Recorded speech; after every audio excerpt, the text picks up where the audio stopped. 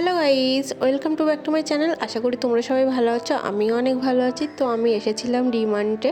তো ডিমান্টের বাইরে একটা পিৎজার স্টল আছে, ডিমান্টেরই ভেতরে এটা। তো ভাবলাম একটু পিৎজায় খাওয়া যাক, তো সেই কারণে হাতে বিল নিয়ে দাঁড়িয়ে পড়েছি। তো দেখো সামনে একটা বোর্ড আছে, দেখতেই পাবে। তো দেখো সেই সাদা বোর্ডটা, ওখানে নাম্বার ডাকবে, সব নাম্বার সিস্টেম করা।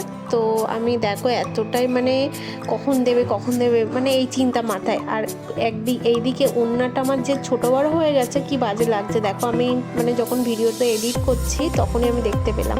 তো যাই হোক, দেখো আমি নিয়ে দেখো এতটাই লজ্জা পাবো, মুখটা আমি জাস্ট কি বাজে একটা রিয়াকশান দেবো। দেখো জাস্ট দেখো কি বাজে, জাস্ট কিছু বলার নেই। তো চলো ওইসব বাদ দাও, এখন আমি চলো তাড়াতাড়ি বাড়ি যাই, আর বাড়ি গিয়ে ঝপাঝপ খেয়ে নিই। তো দেখো আমি বাড়ি চলে এসেছি, আর জামাটা আমার খোলার টাইমও দেইনি। তো আমি এক হাতে মানে পিৎজাটার বক্সটা খোলা শুরু করে দিয়েছি, আর আমার বরের বলছি তুমি তাড়াতাড়ি ভাগ করো সবার জন্য। আর দেখো ওর ভেতরেই কিন্তু আমার বর কিন্তু টুক করে একটা পনির গালে পুড়ে দিল। তো যাই হোক, তো বর দেখো ওটা জাস্ট খুলবে, আমার জিভ দিয়ে তো এখনই জল বেরিয়ে যাচ্ছে, কি বলবো গাইস। তো বাবা আমি কিছু বলার দরকার নেই আমার, তোমরা হয়তো বুঝেই গিয়েছো আমার কি অবস্থা হয়েছে ওটা দেখে। তো জাস্ট ওয়াও, মানে এত সুন্দর টেস্টি, কি বলবো।